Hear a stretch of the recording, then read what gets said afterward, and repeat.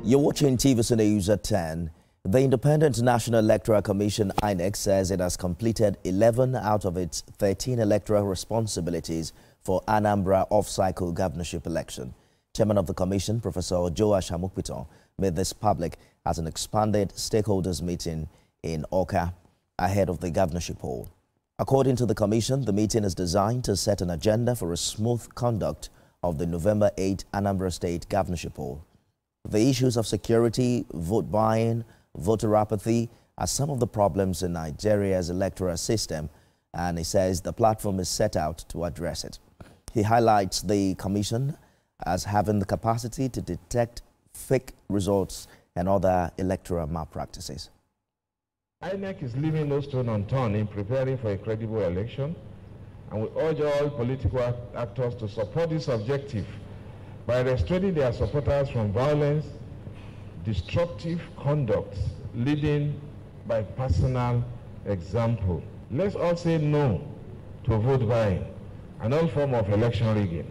If the election starts by 8:30, accreditation goes smoothly, BVACs work perfectly, results are uploaded, are entered properly and uploaded. Collations are done, matching the card reader, the BVAS information with the physical results. And they are done seamlessly.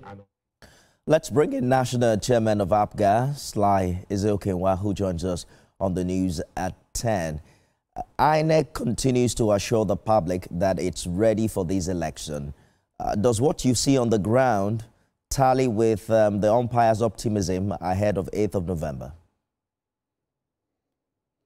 Well, for me, I can tell you that as a political party, I'm one of the persons that you can describe as an incurable optimist. I've never hidden my admiration for the retinue of improvements and advancement that INEC has made under the current dispensation to our electoral system and our electoral process, at least guaranteeing some measure of integrity and credibility. If you recall, we had an election, a by-election across the country, I think in 16 constituencies, including 2 in Anambra, the Anambra South Senatorial District by-election and the Onitsha North 1 state constituency by-election. And in all these elections, INEC demonstrated improved capacity and capability to reassure Nigerians to continue to have faith, what I may call unwavering faith in our electoral process. And so for me, I am pretty optimistic that INEC is going to again live up to expectation for the November 8th governorship election, which is just about 3 days away. During the last, if I may probably make some allusion, sometime I think about 2-3 weeks ago, we had what we call the quarterly consultative meeting with the INEC, that is between INEC and leaders of political parties. It was held at the INEC headquarters in Abuja under the outgone national chairman of INEC, Professor Mahmoud Yakubu.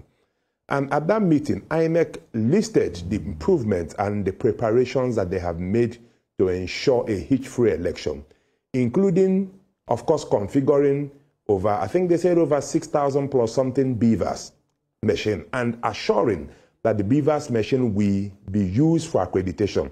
And I think last Saturday, INEC conducted a mock accreditation exercise, and that mock accreditation exercise was almost 100% successful. So for me, I don't have any doubt whatsoever with respect to INEC's assurances on their preparedness for this election. All right. And I believe that INEC will once again live up to expectation. The number is actually 5,718.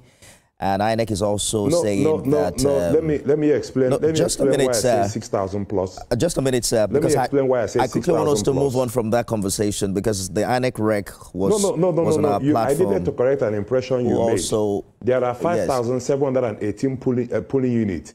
So apart from the BVAS machine for those polling units, INEC has other machines, more like I was going to say that INEC has 978 reserved BVAS machines for this election. Absolutely. I want us to move away from that very quickly. Your party's candidate has been courted in controversies of vote buying based on his allusion of giving a million naira per ward.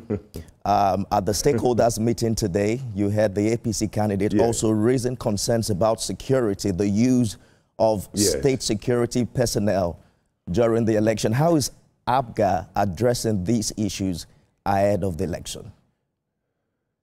You know, I have a very simple response. For someone who knows clearly that he has lost any election, he can decide to hold on to any straw or make any wild or bogus allegations. So we're not any bothered about it. There are two issues you've raised here.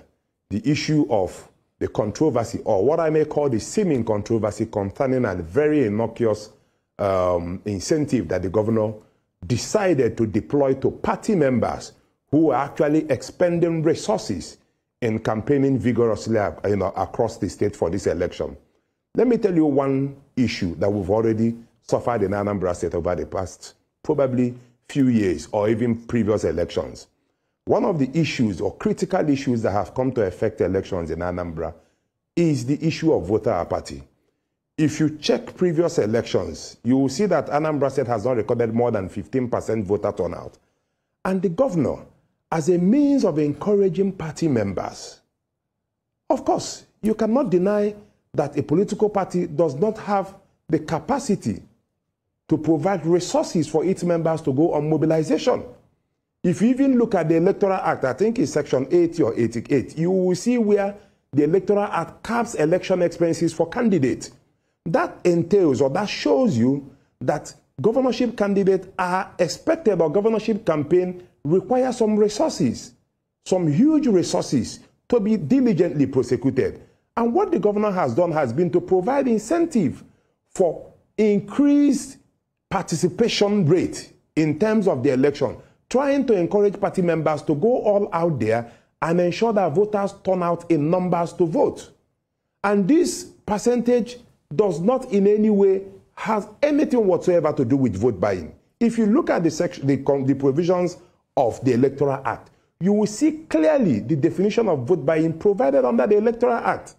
And anybody who, of course, is making any such bogus allegation, I can tell you, is far from being, in tune with the reality on ground. Well, then you come to the issue of, I think you raised the second issue about the issue of the Udogachi security outfit. I can tell you, Udogachi in Anambra State, they have a specialized function. They have a specialized role created or enabled by a law called the Anambra State Homeland Security Law. They are not involved in election. They have never been, and they will not be involved in this election. I challenge anybody. I challenge anybody to show where Udogachi or members of the Udogachi security outfit has been seen in any polling unit or in any collation center at any election. A good place to leave it. National Chairman APGA, Sly Ezeokenwa, thank you for talking to us tonight. Thank you very much for having me.